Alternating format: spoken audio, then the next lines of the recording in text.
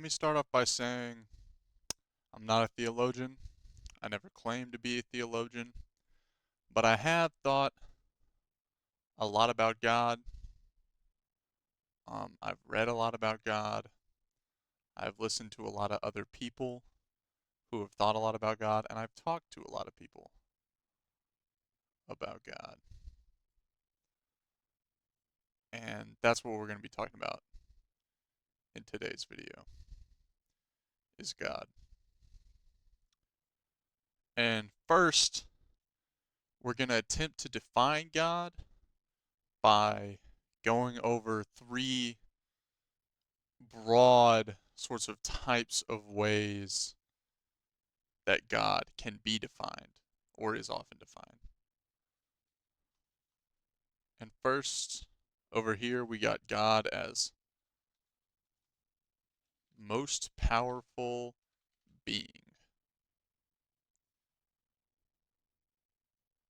I realize these circles are really small.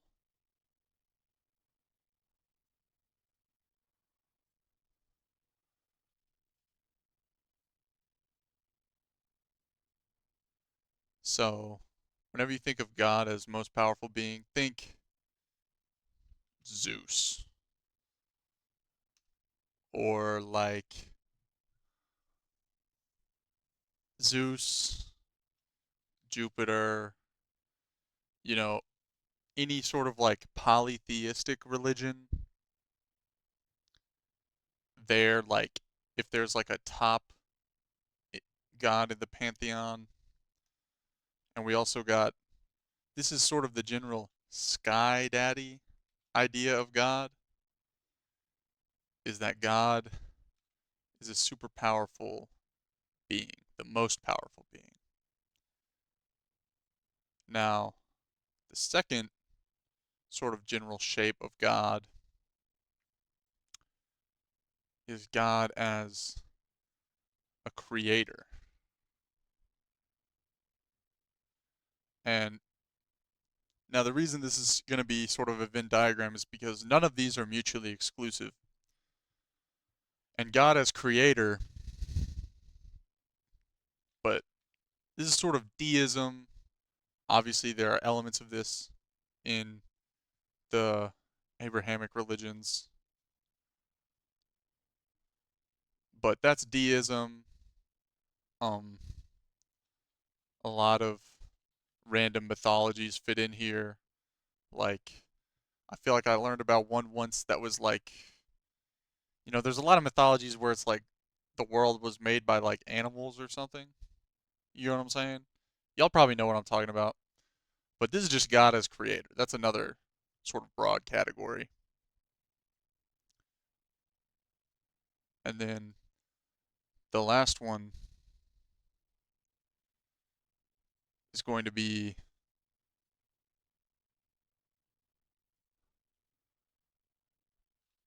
God as like source of value. And this one is very abstract. But, and I'm not sure I can think of any sort of religious practice that immediately comes to mind, but what does come to mind is Jordan Peterson, top of the hierarchy of value. This is God in that sense.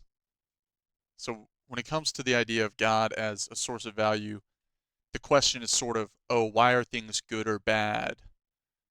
And this type of definition or belief in God points to God as the ultimate source of what is good or what is bad or what is true or what is beautiful. And so the value isn't always necessarily just good or just true or just beautiful, but it's normally something along those lines. And now, of course, you will have likely noticed by now that in this center is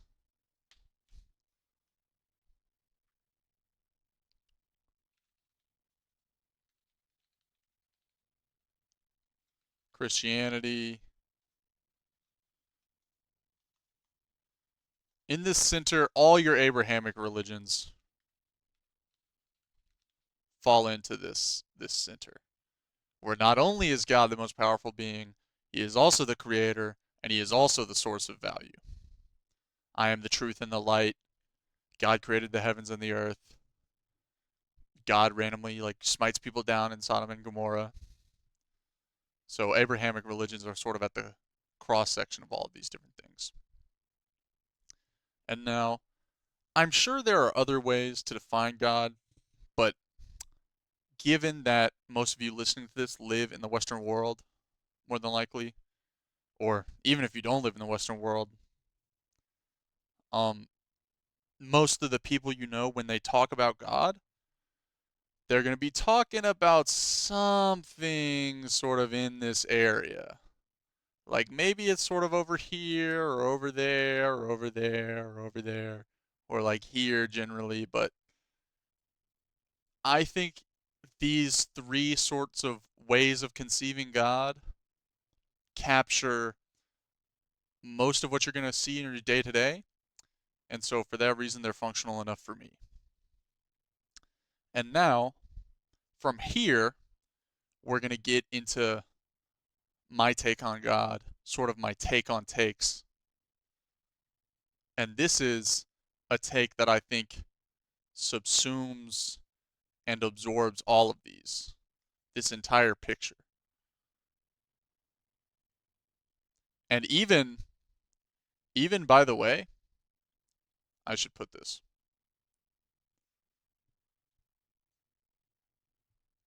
God not exist. If you don't believe in God, your idea of what God is still might fit into this. Because like some people don't believe in God because they're like, oh, there's no man in the sky. So they're saying their idea of God is yellow, but they don't think that exists, so they don't believe in God. So not only does this cover believers, this also covers non-believers. And you'll see why that's important in a second. I think that all of these are ultimately in some sense subservient to another. They have a commonality, and they all have to do with this word meta-narrative. Because in all of my talking about God and listening about God and learning about God, reading about God, the common denominator is meta-narrative. And in this sense of the word, meta means something like transcendent. A transcendent narrative. Meaning it's not just a story about people in the world or things in the world. It's a story about reality itself. It's a story about everything. And that's when you think of it this way,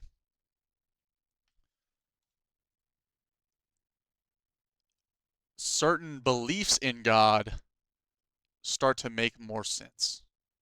They can be understood more clearly.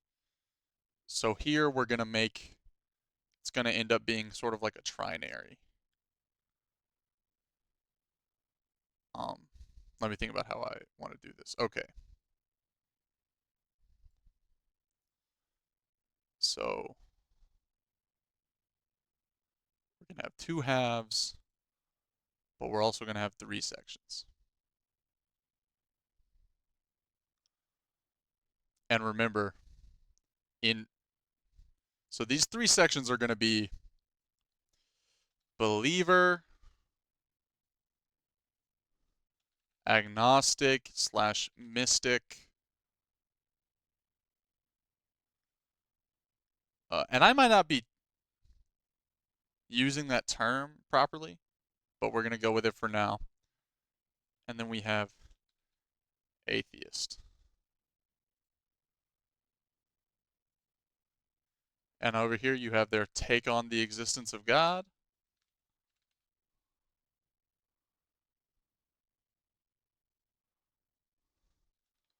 What that actually means. Now, of course, in here, for the believer,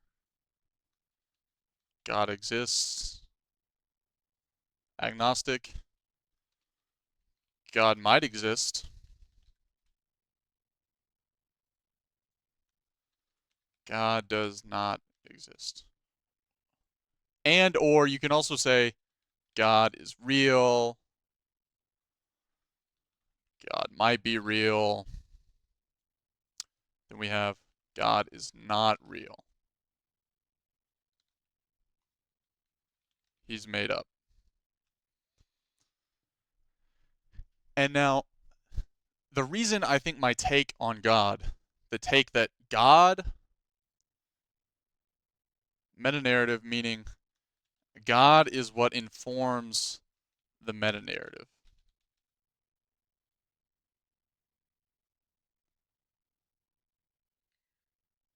My take on God is that God is what informs the meta-narrative. I think this take just makes what people believe about God make a lot more sense. And we can even get into the blue, yellow, and red if we want. So we're going to draw some arrows.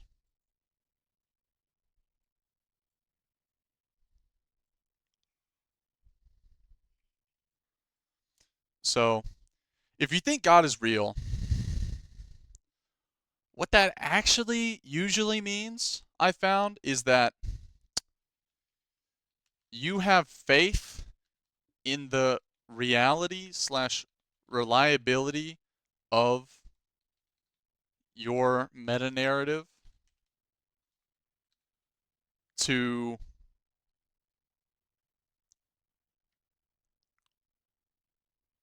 empower you and or others in some way. And if you think God might exist, this means you see some truth to these meta narratives, but you haven't fully bought into them per se. And then if you're an atheist, what you're saying is you reject the meta narrative and or your meta narrative has no glue.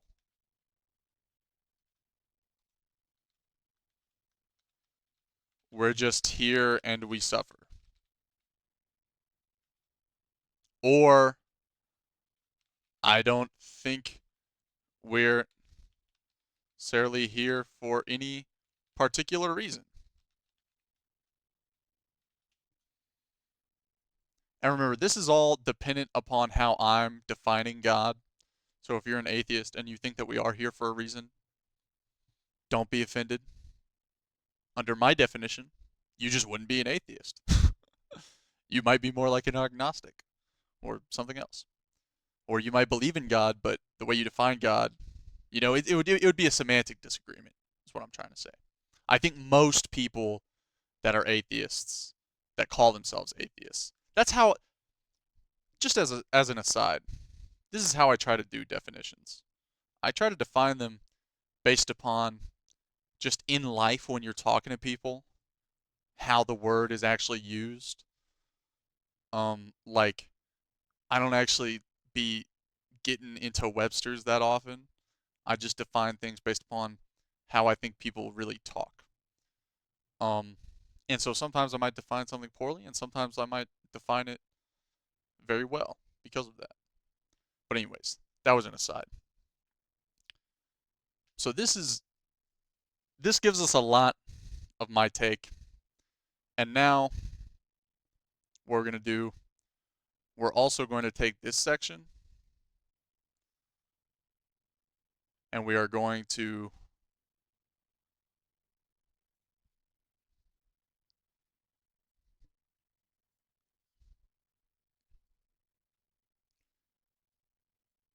further elaborate on these different ways that people can be believers and what that means. Because this sort of has its own little subcategory. Or rather, nah, I can make use of what I've already made. So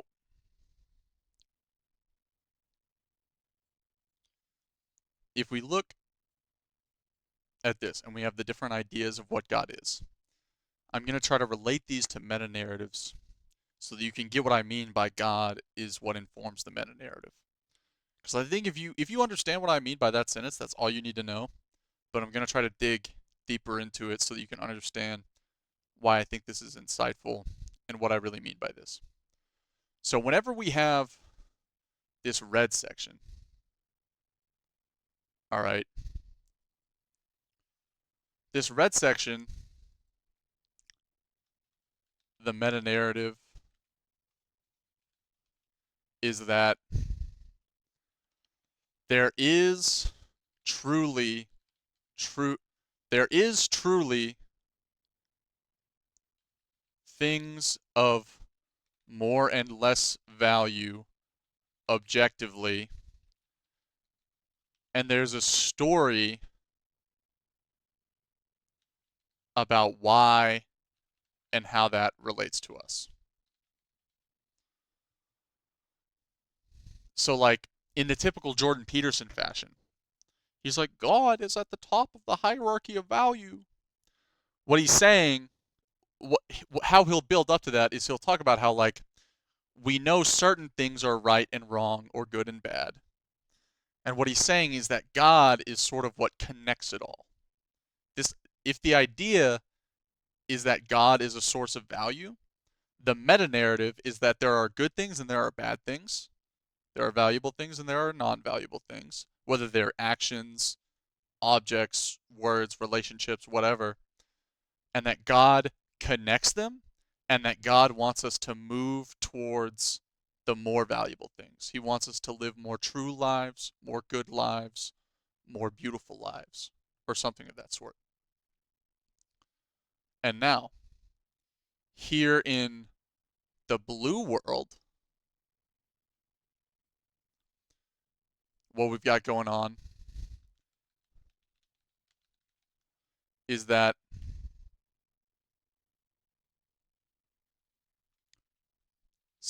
if God is the creator, the meta narrative there is that something created the world and you,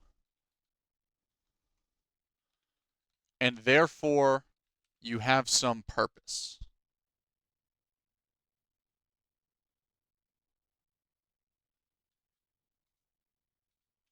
It's it's the idea that oftentimes if God is thought of as a creator, that gives rise to a meta narrative of purpose.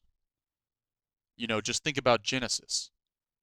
God is God created the world and God gave man dominion over it and he gave us commandments. And so it's like, okay, there was a creator of the world. There's and so now there's a history there and there's like a reason they made the world. That's the meta narrative. Somebody created the world and there was a reason why. Something created the world and you, and therefore you slash the world have some purpose. And now here in the yellow camp, we've got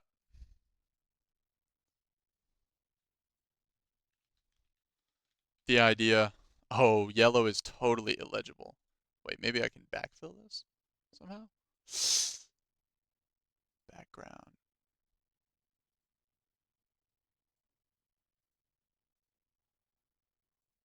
Okay, yeah.